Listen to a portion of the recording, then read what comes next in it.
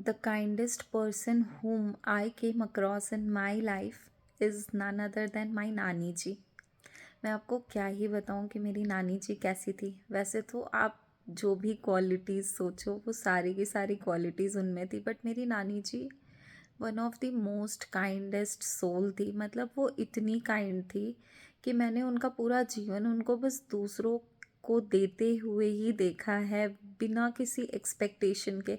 उनके लाइफ से सबसे ज़्यादा अगर कुछ सीखने को मिलता है तो ये एक बहुत ही बड़ा और रेयर क्वालिटी है जो उनमें था। मतलब मैं तो उनकी अगर 5% भी बन जाऊं तो मैं अपने आप को बहुत ही धन्य समझूंगी। नानी जी इतनी अच्छी अच्छी बातें सिखाती थी और हमेशा सबके लिए इतना सेल्फलेसली वो करती थी, सिर्फ घर वालों के लिए नहीं, बाहर वालों के लिए भी। और उन्होंने अपने पूरे लाइफ में बहुत सारे एग्जाम्पल सेट किए हैं अपने कर्म के द्वारा। मतलब अगर मैं वो सब बोलना चालू करूँ तो अभी ये वीडियो 1 घंटे से भी ऊपर का हो जाएगा और शायद मैं दिन भर बोलती रह जाऊँ। एंड मेरी नानी जी ना मतलब बहुत स्ट्रॉन्ग लेडी थी। नाना जी के जाने के बाद वो 25 साल अकेले पूरा फैमिली को संभाल के जोड़ के रखी थी। एंड बहुत कम उम्र में नाना जी चले गए थे, तो ऑफ कोर्स उनके लिए ये बहुत डिफ़िकल्ट था। एंड नानी जी इतनी ज़्यादा टूट गई थी जब नाना जी गए थे, तो कि उसके बाद उनको स्ट्रेस से कितनी सारी बीमारी लग गई। मतलब रोज़ का 10-15 गोली खा करके भी, और होता है ना, उसके बाद भी वो कभी भी कंप्लेन नहीं करती थी। उनको खाने पीने का कितना शौक था, सजने संवरने का कितना शौक था।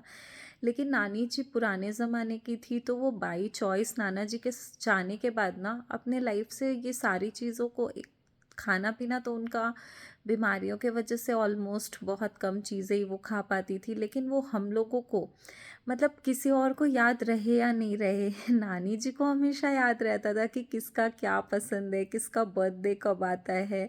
एंड वो हम लोगों को इतना सारा गिफ्ट्स, हमेशा टेस्टी टेस्टी खाना, और उनको सब कुछ पता था। लाइक मेरे लिए वो हमेशा मूली का अचार, कांजी वड़ा और पेड़ा, एंड इसके अलावा न जाने कितनी कितनी चीज़ें हमेशा भेजते रहती थी और हम लोगों को बहुत पैम्पर करती थी, बहुत सारे गिफ्ट्स देना। और वो इतनी थॉटफुल थी कि मैं आपको क्या बताऊँ। मतलब कि मम्मी के लिए, और जैसे कि जब वो जाने वाली थी उसके पहले वो मम्मी मामा जी लोग सबके लिए एक लेटर लिख के अपने बक्से में रख के गई थी, जो कि जब मम्मी नानी जी चली गई उसके बाद मम्मी मामा जी लोग को वो लेटर मिला। एंड वो इतना हार्ट टचिंग लेटर था कि मैं आपको क्या ही बताऊं। मतलब ऐसे ऐसे किस्सों का मैं, मतलब इतना भरमार है ना कि मैं आपको क्या बताऊं। मेरी नानी जी इतनी प्यारी थी और वो हम लोग सबसे इतना ज़्यादा प्यार करती थी। और नाना जी के जाने के बाद वो सजना संवरना भी एकदम छोड़ दी थी। बस वो 2-4 साड़ी ही हमेशा बस पहनती थी और कुछ भी नहीं पहनती थी। मतलब मुझे कभी कभी बहुत बुरा लगता था और हम लोग कभी उनको बोलते भी थे, बट वो शायद उसी में कंफर्टेबल थी, तो इसलिए फिर हम लोग ज़्यादा उनको नहीं बोलते थे। और कभी उनको कुछ बहुत प्यार से कोई गिफ्ट भी देता ना, तो वो एक बार हम लोगों का मन रखने के लिए अपने लाइक जैसे साड़ी दिया या शॉल दिया हमने, या मेरी बहन ने जब उनके लिए वो पेंडेंट लेके आई अपने सैलरी से, तो नानी जी उस सबका मन रखने के लिए एक बार ज़रूर उसको अपने बॉडी में डाल लेती थी। लेकिन फिर वो किसी को भी, लाइक अपनी बहन को या किसी को भी वो गिफ्ट कर देती थी। तो मतलब हम लोगों को थोड़ा तो लगता था कि काश नानी जी पहनती तो हम लोग को अच्छा लगता, बट वो कभी भी खुद के लिए नहीं जीती थी। एंड वो पूरा लाइफ बस सबको सर्व की और हम लोगों को बहुत प्यारी प्यारी बातें सिखाती थी, बहुत प्यार करती थी। मतलब मैं बचपन में बहुत ज़्यादा नहीं समझ पाती थी ये सारी चीज़ें, क्योंकि हम लोग मैक्सिमम टाइम्स दादा दादी के साथ, मतलब माँ दादाजी के साथ रहते थे, घर पे रहते थे। एंड छुट्टियों में तो बस नानी घर जाते थे।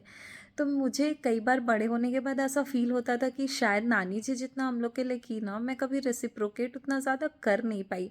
तो लास्ट के कुछ साल जब से मुझे समझ आया, तब मैं ज़रूर ट्राई करती थी कि मैं नानी जी के साथ टाइम स्पेंड करूँ, छुट्टियों में उनके पास चले जाऊँ, और उनका ये जो सेल्फलेस लव है उसका 1% ही मैं रेसिप्रोकेट तो कर पाऊँ। अगर नहीं तो एटलीस्ट एक्नॉलेज कर पाऊँ, उनको बता पाऊँ कि नानी जी, हम लोग बच्चे थे तो बुद्धि नहीं होता था। मतलब बच्चे होने का मुझे ये एक बड़ा अफसोस होता है कि जब हम लोग बच्चे होते हैं ना, तो जो हम लोगों के ग्रैंड पेरेंट्स का जो सेल्फलेस लव होता है ना, या फिर हम लोगों के पेरेंट्स का, उसको हम लोग रेसिप्रोकेट ही नहीं करना जानते हैं। आई नो वो लोग हम लोग से कुछ एक्सपेक्ट नहीं करते, बट बड़े होके मुझे ऐसा लगता है कि वो लोग इतना प्यार करते थे, काश मैं भी थोड़ा सा रेसिप्रोकेट कर पाती। तो मतलब अब मुझे लगता है, लेकिन हाँ, थैंकफुली मैं बड़े होने के बाद उनके साथ टाइम स्पेंड कर पाई, और शादी के बाद भी मैं जाके वहाँ रह पाई। तो वो सारे मेमोरीज़ बहुत ही फॉन्ड मेमोरीज़ है मेरे लाइफ के। और भी बहुत सारी बातें हैं जो मैं अभी करूँ तो बहुत लंबा हो जाएगा, तो वो कभी और के लिए रखती हूँ। बट आज मैं आप लोगों से ये शेयर कर रही हूँ क्योंकि आज मेरी नानी जी को का श्राद्ध है, और उनको गए 3 साल हो चुके हैं, और इस साल हम लोग उनको पीतरों में मिला रहे हैं। तो मुझे उनकी बड़ी याद आ रही है, एंड काश मैं आज नानी घर में हो पाती बट मैं नहीं जा पाई, एंड मैं वीडियो कॉल से बस दर्शन कर पाई। बट नानी ji, I love you a lot and I miss you so much. And mummy तो आपको बहुत ही मिस करती है, एंड आपके जैसा बनना बहुत बहुत डिफ़िकल्ट है, बट हमेशा हम लोग को मम्मी समझाती है, आपका एग्ज़ाम्पल देती है, एंड हर चीज़ में आपका बहुत याद आता है। और पता है एक और बात, जब नानी जी के टाइम हम लोग गए थे ना, तो उस समय मेरे नाना जी का हाथ से लिखा हुआ राम राम, वो मेरे छोटे नाना जी मुझे फ़ोटोज़ में फ़ोटो भेजे थे, क्योंकि उनके पास वो आज भी पड़ा हुआ है। 28 साल पुराना नाना जी जो राम राम लिखे थे कागज़ में, वो लिखा हुआ। तो मुझे बहुत अच्छा लगा था कि चलो नाना जी से रिलेटेड एक चीज़ तो अब है मेरे पास में।